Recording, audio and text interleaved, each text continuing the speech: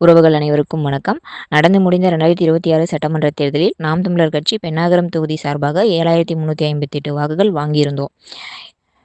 இந்த வாக்கு செலுத்தின ஒவ்வொருத்தருமே சினிமா மோகத்தில் மூழ்காம, திரை கவர்ச்சியை நம்பாம, ஒரு நேர்மையான அரசியல் கட்சிக்காகவும், ஒரு நேர்மையா இவங்க அரசியல் பண்ணுவாங்க, சுற்றுச்சூழலை பாதுகாப்பாங்க அப்படின்னு சொல்லிட்டு எங்க மேல நம்பிக்கை வச்சு 7358 வாக்குகள் செலுத்தியிருக்காங்க.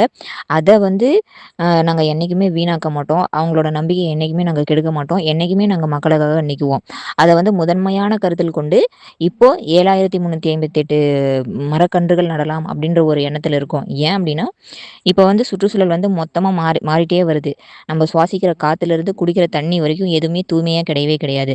அடுத்த தலைமுறைக்காவது நம்ம இதை கொண்டு போய் சேர்க்கணும், சுற்றுச்சூழலை பாதுகாப்பாக கொண்டு போய் சேர்க்கணும் அப்படின்னு சொல்லிட்டு. ஏன்னா மரம் மரம் செழிச்சு இருந்தாவே மற்றது எல்லாமே தன்னா சரியாக போயிடும். எல்லாமே சுற்றுச்சூழல் சரியாக இருந்தால் இங்கே இருக்கிற எல்லாமே சரியாக போயிடும். அதனால் முதல்ல 7358 மரக்கன்றுகள் நடுற பணியில் தான் நாங்கள் இருக்கோம். தொடர்ந்து நாங்கள் களத்தில் இருக்குவோம்.